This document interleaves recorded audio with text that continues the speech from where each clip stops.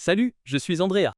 Les gens disent que je suis le genre de fille que tous les parents aimeraient avoir, altruiste, responsable, mature. Après le décès de ma mère, je suis devenue une mini-elle. Tous les jours, je cuisinais, je nettoyais la maison. Je repassais la chemise de mon père tout en essayant de suivre mes devoirs. Andrea, c'est l'heure du coucher. On raconte une histoire à M. Câlins et moi. Tu n'es pas trop vieille pour le mode « lis-moi un livre ». Et sérieusement, non. S'il te plaît, s'il te plaît, s'il te plaît. D'accord, très bien. Viens ici, Gremlin. Oh, c'est Daisy, ma petite sœur ridiculement adorable.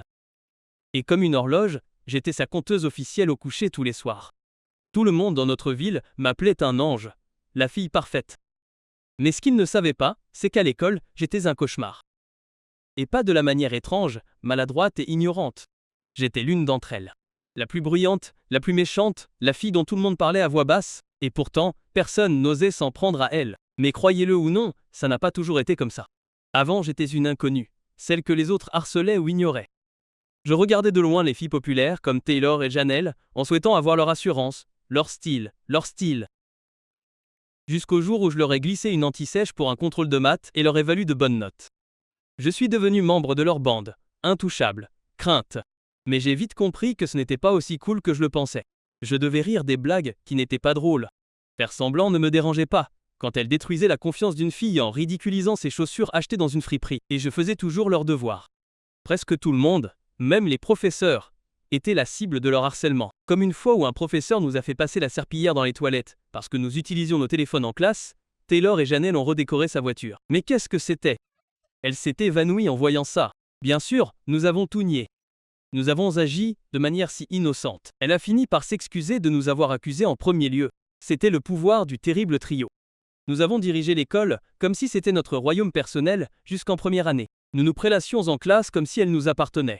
Quand notre nouvelle enseignante est entrée, nous n'avons pas beaucoup pensé à elle jusqu'à ce qu'elle parle. Bonjour à tous. Je suis Mademoiselle Kim, votre nouvelle enseignante. Notre nouvelle enseignante ? On dirait que vous devriez être assise ici comme l'une des nôtres. A-t-elle même l'âge de donner des retenues ? Mademoiselle Kim n'a pas bronché. C'était comme s'il ne lui parlait pas. Mais elle avait tout entendu. Oh, le terrible trio. J'ai tellement entendu parler de vous. Bruyant, perturbateur et cruellement dépourvu de substance. Attendez. Est-ce qu'elle vient de nous traiter d'idiots ? Je pouvais supporter les insultes, mais me traiter d'idiot, je ne pouvais pas le supporter. Nous ne sommes pas idiots. Je suis plutôt intelligent si vous voulez savoir. Nos regards se sont alors croisés. Et je jure que cela ressemblait à une confrontation dans un western. J'ai entendu que c'était des A et tout ça, mais les vraies filles intelligentes ne suivent pas des idiotes qui pensent qu'un bureau est un repose-pied et qu'une salle de classe est leur salon. Sans un mot, Taylor et Janelle se regardèrent, puis abaissaient lentement leurs jambes de la table. Tu te balades en faisant la dure, mais tu sais ce que je vois ? L'insécurité déguisée en attitude. Seuls les faibles harcèlent les autres pour se sentir forts. Et si c'est tout ce que tu as, alors tu n'es pas juste stupide, tu es pathétique. À la fin de son discours, toute la classe s'est mise à applaudir, comme si elle venait de recevoir un Grammy Award. Je me suis senti dépouillé, exposé. Comme si Mademoiselle Kim avait vu clair en moi. Nous sommes sortis en trombe du couloir à la seconde où la cloche a sonné. Janelle et Taylor avaient l'air prêtes à frapper les murs. J'avais juste envie de me glisser dans un lit et d'oublier l'humiliation, mais elles ne lâchaient pas prise. Il nous faut un plan de vengeance. Elle se croit trop cool, hein ? On va lui montrer. Voyons à quel point elle se sent cool quand les pneus de sa voiture sont à plat. Ou quand son pare-brise est peint en rouge avec des mots sans cervelle. Ma bouche s'est asséchée lorsqu'ils se sont tous les deux tournés vers moi, leurs yeux brillants d'espoir. Tu es partante, Andrea ? J'ai hésité. Mademoiselle Kim avait cette énergie sérieuse du genre « Tss, ne me fais pas chier !» Tss, mais reculer, cela signifiait redevenir invisible. D'accord, je suis partante. Nous avons attendu le coucher du soleil pour retourner furtivement sur le parking. Taylor portait une bombe de peinture. Janelle avait un couteau de poche pour les pneus. J'étais aux aguets et mes paumes étaient toutes moites. Fais-le vite. Elle part à 6 heures. Avant que nous ayons pu faire quoi que ce soit, des lampes de poche nous ont frappé au visage comme des projecteurs. Qu'est-ce que vous faites les filles ? Nous sommes restés figés une seconde, puis nous avons couru. Mais il était trop tard, il avait vu nos têtes. Le lendemain, nous avons été convoqués, et le proviseur nous a suspendus pour une semaine. Au moment où le proviseur est sorti, Janelle et Taylor avaient l'air complètement imperturbables. On dirait qu'on vient de prendre des vacances. J'ai essayé de faire semblant d'être cool, moi aussi, mais au fond de moi, j'étais en panique. Je pouvais déjà voir le visage déçu de mon père. Comme s'il lisait dans mes pensées. Mademoiselle Kim s'est tournée vers moi. « Andrea, tu n'as rien à dire ?»« Quoi ? Des excuses ? Peu, moins être. » Je te promets que ça ne se reproduira plus. Si tu le penses vraiment, j'irai moi-même voir le principal et lui demanderai de la clémence. J'ai failli céder, mais un coup d'œil au visage dévisageant de Taylor et Janelle, et les excuses sont restées coincées dans ma gorge. Je n'ai rien à dire. On se retrouve dans une semaine. Une fois que je l'ai dit, Janelle et Taylor ont souri d'approbation, me tapant dans la main comme si je venais de les rendre fiers. Très bien. C'est la suspension. Je pensais juste que tu valais mieux que ça, Andrea. Pour une raison quelconque, ces mots m'ont fait plus mal que n'importe quelle punition. Et quand papa est revenu, c'était encore pire. Vraiment, Andrea? Une suspension? Je n'ai rien fait. On était juste debout près de la voiture. Debout près de la voiture, avec un couteau et de la peinture en aérosol. Est-ce que ces deux amis t'entraînent là, moins dedans? Je te connais et tu es plus intelligente que ça. Je ne suis pas une gamine qui se laisse entraîner dans quelque chose. D'accord, je peux me débrouiller toute seule. Puis je suis partie en trombe, le cœur battant. Pourquoi personne n'a compris? Si je coupais les ponts avec Janelle et Taylor, je savais exactement ce qui se passerait. Et je n'étais pas prête à ça. Le lendemain matin, la colère de papa contre moi était comme de l'eau qui coulait sous les ponts. Mais il a fait une annonce qui allait changer le cours de ma vie à jamais. Les filles, il y a quelqu'un de spécial que je veux que vous rencontriez. Elle vient dîner à 19 h et pourrait rester quelques jours pour apprendre à vous connaître toutes les deux. Alors, comporte-toi bien, d'accord? Youpi! Une nouvelle maman. J'ai toujours voulu que papa retrouve l'amour, qu'il soit heureux. Mais ça m'a semblé soudain. Pourtant, peut moins être qu'être une nouvelle maman signifiait ne plus jouer au chef, à la femme de ménage et à la babysitter après l'école. Papa, tu es sûr? Certain. Tu vas l'aimer. Tu verras. Il n'a pas voulu nous dire son nom. Pas de photo non plus. Il a dit qu'il ne voulait pas gâcher la surprise. Alors que le soir approchait, Daisy et moi nous sommes laissés emporter par l'excitation. Quoi qu'il en soit, nous avons même décidé de lui faire un gâteau de bienvenue. Et si elle était vraiment méchante, comme la méchante belle-mère dans Blanche-Neige? Alors ta grande sœur se transformerait en dragon et la dévorerait. Vers 19 h, je me suis retrouvé à la porte avec Daisy à mes côtés, souriante, en tenant le gâteau de bienvenue dans mes mains. Mais lorsque j'ai posé les yeux sur la femme qui était censée être ma future belle-mère, mon excitation s'est transformée en choc. Même le gâteau m'a glissé des mains et s'est écrasé au sol. Mademoiselle Kim, pas le gâteau. Nous avons passé des heures là. Moins dessus. Salut Andrea. Salut Daisy. C'est elle? Oui, c'est elle.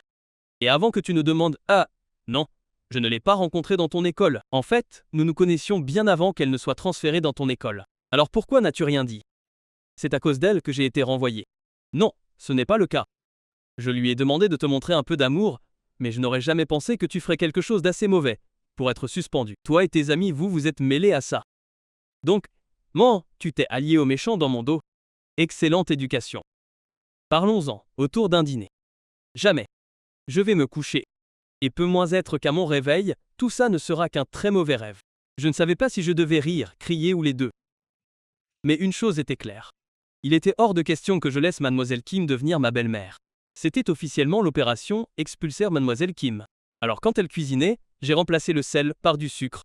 J'espérais que papa verrait à quel point elle était mauvaise cuisinière, mais tu as ajouté du sucre à la soupe. Du sucre? C'est très avant-gardiste. J'adore ça. Papa s'est mis à boire bruyamment dans le bol, comme s'il n'avait pas mangé depuis des années. Le sabotage de la soupe a été un échec cuisiné. Ensuite, j'ai ajouté de la teinture à son shampoing. Tu te trouves cool, Mademoiselle Kim?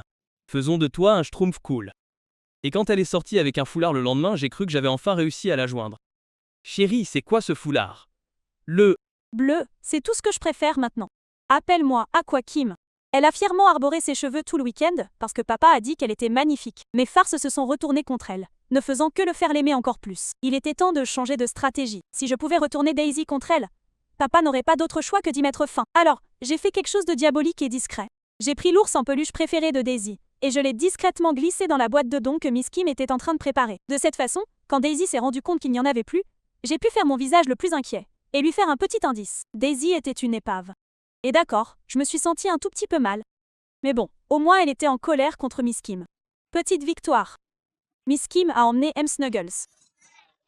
Il était sans défense. Miss Kim est restée là, vraiment confuse. Je jure que je n'ai jamais vu cet ours de ma vie. menteuse. Ces empreintes de pas étaient partout dans ta chambre. C'est une preuve.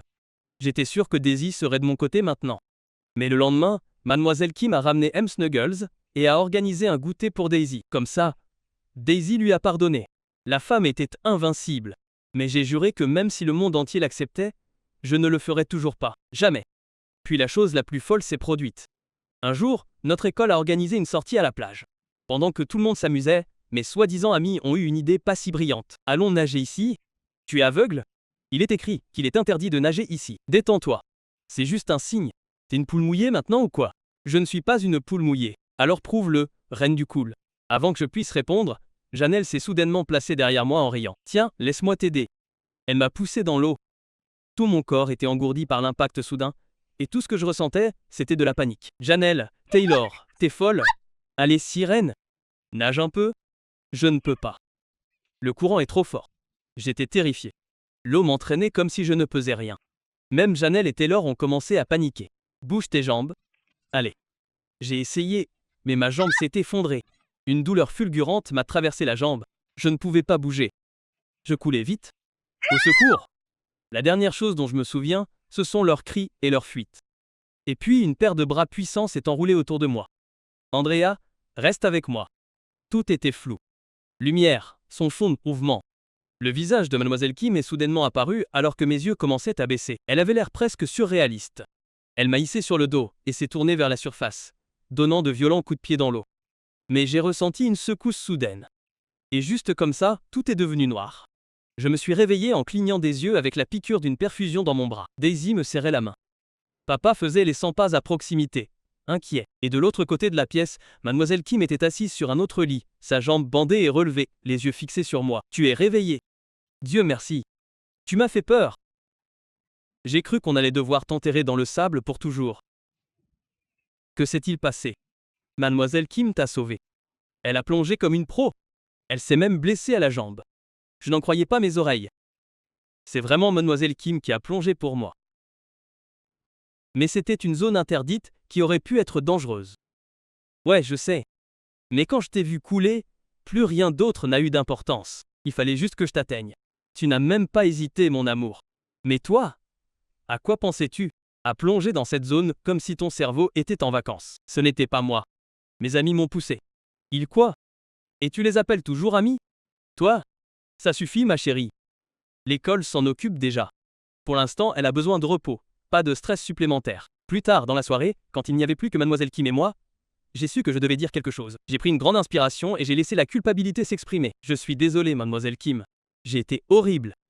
Les farces, le sabotage. J'ai même caché l'ours en peluche préféré de ma petite sœur et je vous ai piégé. Je sais que je ne devrais pas traîner avec eux, mais je ne veux pas être seule à l'école. Andrea, ne laisse personne te faire sentir chanceuse juste pour être tolérée. Tu es intelligente. Tu es courageuse. Tout ce dont tu as besoin, c'est d'être entourée des bonnes personnes, et tu finiras par briller. J'ai essuyé mes larmes, puis j'ai tendu la main et lui ai doucement serré la main. Merci de m'avoir sauvé la vie, et bienvenue dans la famille. Janelle et Taylor ont été punis par l'école, mais elles ne se sont jamais excusées. Alors, quand je suis retourné à l'école, j'ai coupé les ponts. Et bien sûr, elles se sont assurées de se moquer de moi à chaque occasion. Regardez qui a finalement coupé le cordon. Les fausses mères sont désormais équipées d'une télécommande. Je parie qu'elle fait des devoirs supplémentaires pour s'amuser maintenant. Quel intello! Elles n'avaient pas changé. Elles étaient toujours bruyantes, méchantes et superficielles. Avec le recul, je n'arrivais pas à croire que j'avais pris ça pour de l'amitié. Mieux vaut être un nerd que quelqu'un dont la plus grande réussite est de tenir une table de déjeuner. Cette réplique était exactement ce qu'ils voulaient. Une excuse pour balancer un coup de poing. Ils m'ont sauté dessus en ricanant. Quelqu'un a du cran maintenant, hein? Je t'ai toujours détesté. Petite Miss Goody Two Shoes. Je pouvais voir leurs poings serrés comme s'ils étaient prêts à se battre. Mais avant qu'ils ne puissent faire quoi que ce soit, une voiture s'est arrêtée en baissant la vitre. Y a-t-il un problème ici? J'ai été soulagé de voir Daisy et Miss Kim, alias ma belle-mère. Rien de grave, maman. On se disait juste au revoir. Bien, parce que je m'occuperai de tous ceux qui pensent que harceler ma fille est une bonne idée. Tu ferais mieux de courir. Elle a déjà fait pleurer une lycéenne sans crier. Dès que Daisy a terminé sa phrase, elles ont échangé des regards nerveux avant de battre en retraite. Peu importe. On partait de toute façon. La prochaine fois, on peut apporter du popcorn. C'était génial. J'ai appris qu'il vaut mieux être seul que de garder de mauvais amis juste pour se sentir accepté. Les mauvais amis vous tirent vers le bas et vous mettent parfois directement en danger. Mais une véritable amitié, même lorsqu'il y a des malentendus occasionnels, peut sauver des vies. Pour moi, mes vrais amis sont devenus ma famille. Et je ne les échangerai pour rien au monde.